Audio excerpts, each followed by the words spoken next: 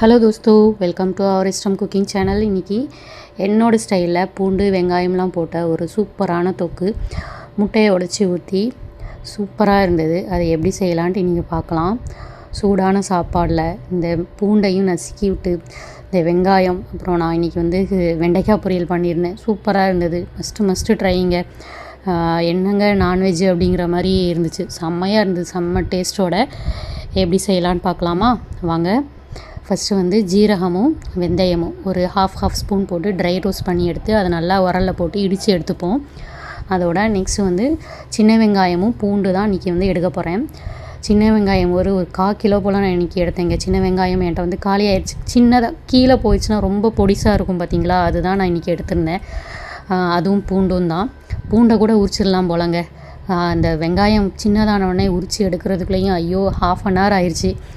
அப்புறம் ஒரு ஃப்ரையிங் பேனில் நல்லெண்ணெய் ஒரு 2 ஸ்பூன் நல்லெண்ணெய் போட்டுக்கோங்க. ஜீரகம் வெந்தயம் இதெல்லாம் தாளித்து விட்டதுக்கப்புறம் நம்ம உரித்து வச்ச வெங்காயத்தை போட்டுக்கலாம். 1/4 கிலோ அளவுக்கு இருந்ததுங்க. நிஜமாங்க அது ரொம்ப பொடிசாக இருந்தது. அதனால் நான் இன்றைக்கி கட் பண்ணலை. அப்படியே போட்டு நம்ம எண்ணெயில் போட்டு அப்படியே வதக்கி எடுத்துப்போம். வதக்குனதுக்கப்புறம் நம்ம ஒரு ½ ஸ்பூன் போல் ½ கரண்டி போல் மிளகாத்தூள், மல்லித்தூள், ஜீரகத்தூள், சோம்புத்தூள், மிளகுத்தூள் இதெல்லாம் சேர்ந்து நான் அரைச்சி வச்சுருப்பேன். அந்த குழம்பு பொடியை தான் நான் இன்றைக்கி ஆட் பண்ணிக்கிறேன். இதில் ஒரு 2 ஸ்பூன் எண்ணெய் இல்லை தண்ணி ஆட் பண்ணிக்கோங்க. ஏன்னா பொடி கருகாமல் இருக்கிறதுக்காக. அப்புறம் ஒரு குட்டி எலுமிச்சம்பழம் சைஸ் அளவுக்கு புளியை நான் கரைச்சி வச்சுருந்தேன். அதை தான் நல்லா கட்டியாக இருக்குது பார்த்திங்களா, அதையும் ஆட் பண்ணிக்கிட்டேன். கொஞ்சம் தண்ணி போட்டு நல்லா கொதிக்க விட்டுருவோம். கொதிக்க விட்டு லாஸ்ட்டு நல்லெண்ணெய் ஊற்றிட்டு சாப்பிட்டோம்னா சூப்பராக இருக்கும். இதுவும் நான் இன்றைக்கி தேங்காய் ஆட் பண்ணேன். ஒரு 2 கரண்டி போல் தேங்காவையும் ஆட் பண்ணி கொதிக்க விட்டுக்கலாம். இந்த ஸ்டேஜில் உப்பையும் நம்ம டேஸ்ட் பண்ணி பார்த்துப்போம். ஏன்னா உப்பு ரொம்ப அதிகமாக இருந்தாலும் நம்மளால் சாப்பிட முடியாது, கம்மியாக இருந்தாலும் சாப்பிட முடியாது. அதனால் உப்பு இருக்குதான்னு டேஸ்ட் பண்ணி பார்த்துட்டு இந்த ஸ்டேஜில் நம்ம ஜீரகம் வெந்தயம் பொடிச்சு வச்சுருந்தோம் பார்த்திங்களா, அதையும் ஆட் பண்ணிட்டா சூப்பரான வெங்காயம் பூண்டு தொக்கு ரெடி ஆயிருங்க.